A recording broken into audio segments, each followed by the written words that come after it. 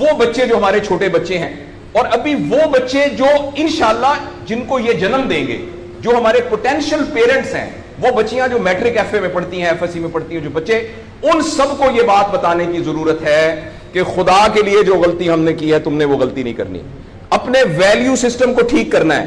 میں نے سر ایک سٹڈی کی, ابھی وہ جاری ہے, تقریباً 1800 بچوں سے میں نے پوچھا تم کس جیسا بننا چاہتے ہو, اور یہ 8 سال سے کم عمر کے بچے کے.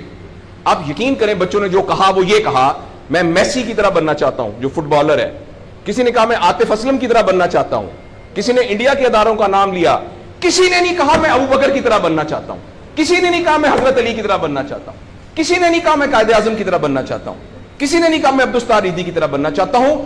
ایک بچی نے صرف کہا کہ میں حضرت فاطمہ کی طرح. میں نے اپنے یوٹیوب چینل پہ اس بچی کا انٹرویو لایا, چھوٹی سی بچی نے کہا میں پارک میں پھر رہی تھی, میں نے کہا بیٹا تم کیا بننا چاہتی ہو, کہتی میں حضرت فاطمہ کی طرح بننا چاہتی ہوں. تو میرے دوستو ہم نے اپنے بچوں کے رول ماڈل ہی غلط کر دیے ہیں.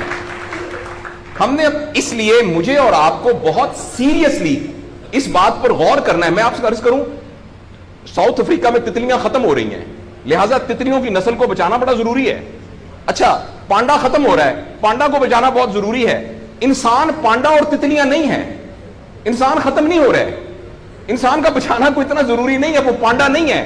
اس لیے اگر ہم اپنے بچوں کو یہ رول ماڈل نہیں دے سکتے تو مہربانی کر کے بچے نہ پیدا کریں. لیکن اگر ہم نے اپنی اولاد پیدا کرنی ہے تو وہ اولاد وہ پیدا کرنی پڑے گی اور اس کی وہ تربیت کرنی پڑے گی جن کا رول ماڈل وہ ہو جو حضرت عمر تھے, جو حضرت ابو بکر تھے, جو حضرت علی تھے, جو فاطمہ تھی, جو زینب تھی, جو خدیجہ تھی رضوان رضی اللہ عنہا. یہ ہمارے رول ماڈل ہمیں پیدا کرنے پڑیں گے, اور یہ تب ہوگا جب ہمارے اندر سے یہ دو چیزیں ختم ہوں گی.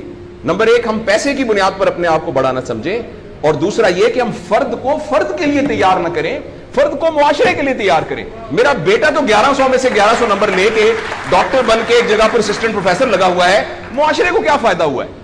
اور ہم میں سے آپ سوچیں کہ اللہ لوگ عموماً ہم سب لوگ جب اللہ کا شکر ادا کرتے ہیں کہ یا اللہ تیرا شکر ہے 3 مرلے کے مکان میں رہتے تھے, اب ماشاءاللہ کوٹھی ہے 2 کنال کے اندر, اور سائیکل پہ ابا جی جاتے ہوتے تھے, لیکن الحمدللہ ہمارے پاس اب 2-3 گاڑیاں ہیں, اور چھٹیاں تو سوال ہی پوادے کر جاندے ہوتے سی, کدے کدے گوڑ کھاندے سی, خراستے. اب ہم سارے بھوربن میں جاتے ہیں چھٹیاں گزارنے, کبھی کبھی انگلینڈ بھی جاتے ہیں.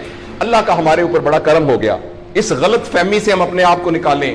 اللہ کا کرم یہ ہے کہ میری وجہ سے, جیسے انہوں نے ویڈیو دکھائی ہے کہ ہمارے یہاں کوئی بلڈ کا کچھ نہیں ہوتا تھا, شکر ہے میری وجہ سے یہ بلڈ والا کام شروع ہو گیا. میں ڈاکٹر ہوں, یہ والی سروس یہاں موجود نہیں تھی, اللہ کا شکر ہے کہ یہ والی سروس اب یہاں موجود ہو گئی ہے.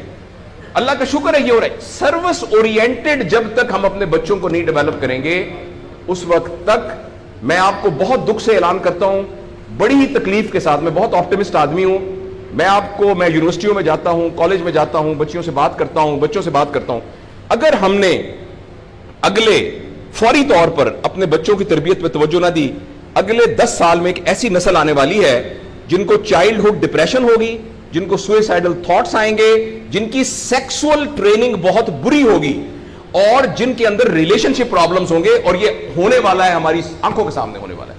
اگر آپ کے ہاتھ میں ایک موبائل ہے, آپ ابھی اپنا موبائل کھول کے فیس بک کھولے, جو پہلی 1.5 منٹ کی ویڈیو آئے گی اس میں ایک نیم برہنہ عورت ناچ رہی ہوگی.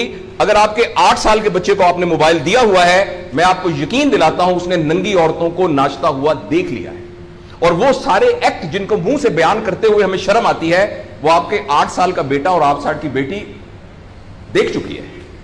اس سارے میں ایز اے پیرنٹ ہماری بہت رسپانسبلٹی ہے کہ ہم اس میں انٹروین کریں اور ان کو فزیکل ٹائم دیں, اور ٹائم دے کے ہم یہ 2 چیزوں پر مینلی کام کریں. تو انشاءاللہ العزیز ہمیں امید ہے کہ معاشرہ بچ جائے گا.